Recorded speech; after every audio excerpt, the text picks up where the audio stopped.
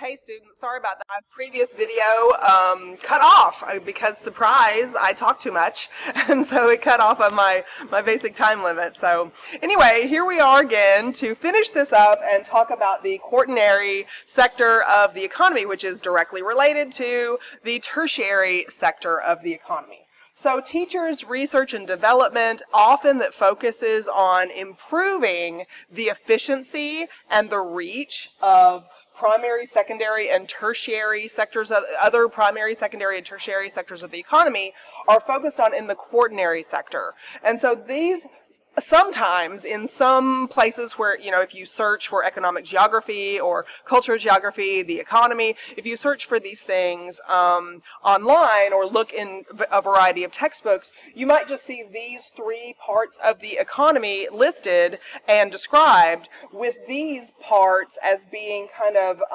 underneath the larger umbrella of the tertiary part of the economy. Later in this 21st century of ours, with the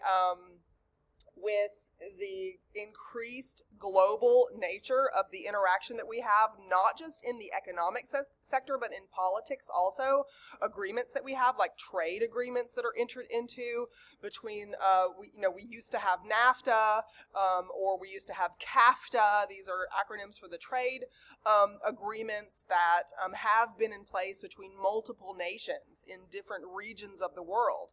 Often, these things are governed by a conglomerate of multiple nations, not just one sovereign nation with delineated borders for one government, like we learned in the political geography unit, but these are economic sectors. Like, for instance, you've heard of the European Union.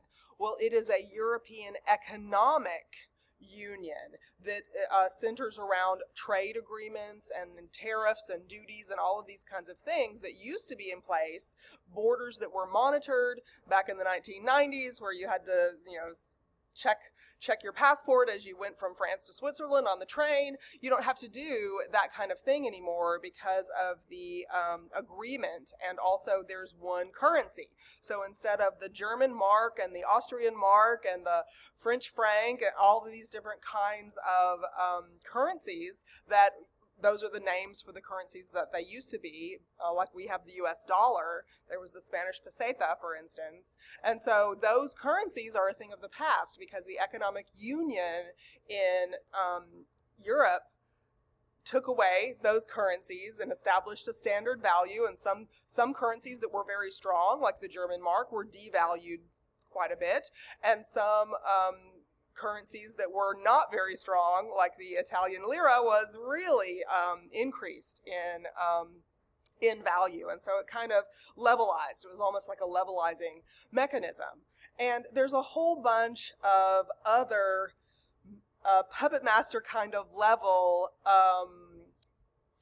control that multiple global agencies and global agreements among different nations of the world enter into, so that primary sector natural resource getting doesn't have to be limited anymore to your local area or a region where you can easily produce enough food for the local population.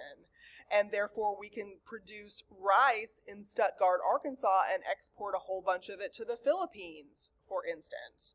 Or you can produce a lot of wheat in Pakistan and export it all over the world. Or you can have refineries for gas and diesel fuel in Mexico and ship it to places in the southern United States. And so these kinds of connection to the primary and secondary natural resources have become increasingly complicated through this post-industrial service sector economy. And so if you look at this tertiary section, that's one of the reasons why these days more, modern books that you'll find for that have economic geography chapters in them, we'll talk about a quaternary and a quinary sector separate from that, because tertiary gets so complicated. It's still got these three different sections on it. Oh, and there go the dogs barking at something, so pardon the interruption. Anyway, So, sorry about that other video cutting out on me. I just wasn't quite finished, and there it just snapped me off. So, I'm sure that was a very nice screenshot there at the end with some kind of weird face I was making in the middle of a word. So, anyway, forgive me for that. And this concludes what I needed to tell you about the sectors of the economy. And so, you've got a couple more videos for this week, I think, one at least.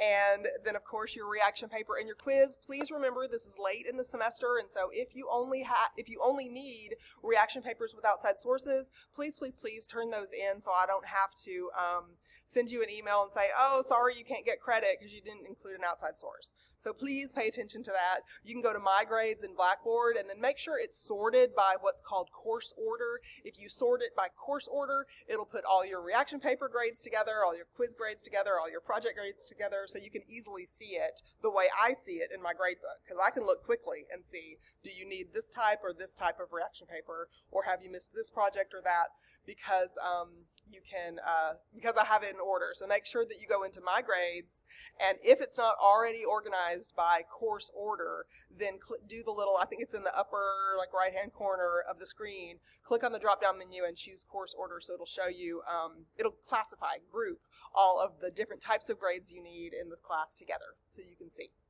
Okay, I will see you again in the next video. Study hard. Bye.